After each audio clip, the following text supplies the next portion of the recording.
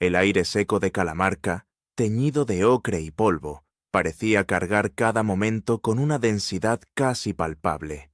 Allí, en una de las aldeas más apartadas y hostiles del mundo, subsistir era un reto que exigía tanto astucia como fortaleza.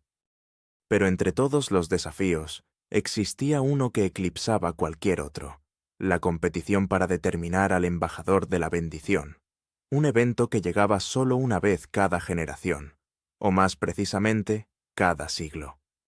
La tradición era una urgencia perpetua, tallada profundamente en los corazones de todos los habitantes. Desde el nacimiento de cada niño se les inculcaba una sola certeza: debían estar preparados. Nadie sabía cuándo, ni cómo, ni bajo qué criterios se seleccionaría al nuevo embajador, pero todos sabían que su elección sería vital para garantizar la supervivencia del pueblo. Fuerza, habilidad, arte, precisión, resistencia. Cada competencia era distinta, imprevisible, pero siempre rigurosa.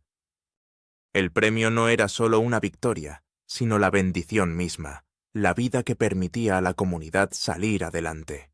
Cuando finalmente llegó el día, el aviso resonó en todo Calamarca.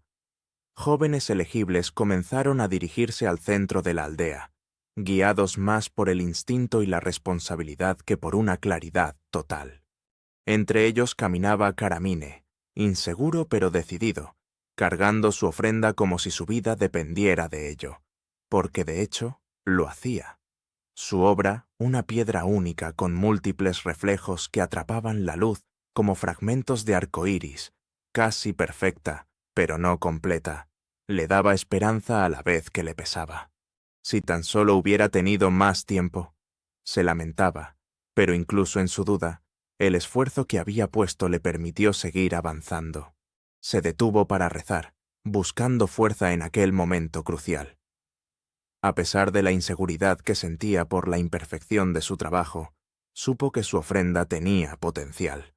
Volvió a caminar, decidido.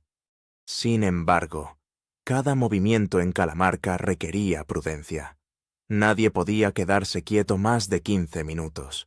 Las bestias de los precipicios, cazadoras silenciosas de aquel terreno, podían percibir calor y olor con una precisión mortal. Apenas pasaron unos instantes hasta que Caramine captó el sonido de garras rasgando las piedras cercanas. A su derecha, un grupo de criaturas estaba listo para atacar. No había escapatoria. Fue entonces cuando su mirada se cruzó con la de otro joven participante. Era Caram, mayor en edad y conocido por su carácter impulsivo. Juntos, haciendo uso de su ingenio y habilidad, lograron enfrentarse a las bestias y sobrevivir.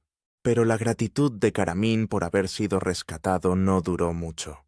Caram, al ver la ofrenda preciosa que su compañero llevaba, decidió que no podía dejar pasar aquella oportunidad. «Me llevaré esto». «¡No! ¡Es mi ofrenda! ¡Por favor, detente!». En la desesperación y con la adrenalina aún corriendo por su cuerpo, Caramine lanzó una piedra pesada que golpeó a Caram con una precisión mortal.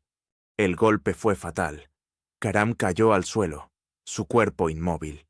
Caramine se quedó mirando, incrédulo, incapaz de saborear su victoria ni lamentar completamente la pérdida. Cerca del cuerpo de Caram estaba su propia ofrenda, una base elegantemente tallada, pero carente de una pieza central. Y entonces Caramine lo vio. Ambas obras encajaban de manera perfecta, creando una escultura majestuosa que era más que lo que cualquiera podría hasta haber concebido por separado. Con el corazón pesado, tomó ambas piezas y las unió. No podía detenerse, ni quedarse en el lugar. Sabía que las bestias volverían pronto. No hubo tiempo para lamentarse, solo para avanzar hacia el centro de la competición. En el lugar indicado, el anciano sabio del pueblo, el embajador de la última bendición, examinó las ofrendas. Belleza con dolor. Belleza y sombra. Susurró en voz apenas audible. Era la mejor ofrenda, y así fue coronado como el nuevo embajador. Pero nadie sabía que la victoria de Caramine estaba teñida de sangre y sacrificio. Como embajador, Caramine comenzó la construcción del templo que garantizaría la bendición para el pueblo de Calamarca. Era una tarea monumental que requería materiales especiales y dedicación infinita. Al principio trabajó con esperanza, motivado por el sentido de propósito. Pero la bendición parecía exigir más de él con cada día que pasaba. La casa que empezó como un refugio se transformó en una mansión, luego en un templo, después en un monumento. Cada intento por finalizarla era interrumpido por nuevas solicitudes de decoración, ampliación o detalles. «Si pudiera ser un poco menos bella, pero completa», solía decir Caramine mientras envejecía. Nunca abandonó la construcción. No pudo hacerlo, porque sabía que su misión era vital para el pueblo. Pero también supo que se convirtió en una especie de prisión, un destino del que no podía escapar por completo. Cada día ofrecía su esfuerzo, su creatividad y hasta su salud. Y finalmente, en su último día de vida, cuando todo parecía aún inconcluso, las piezas finales se unieron. Sobre el terreno de Calamarca se erigió el templo más majestuoso que jamás se hubiera visto, un refugio para el pueblo y las criaturas que lo rodeaban.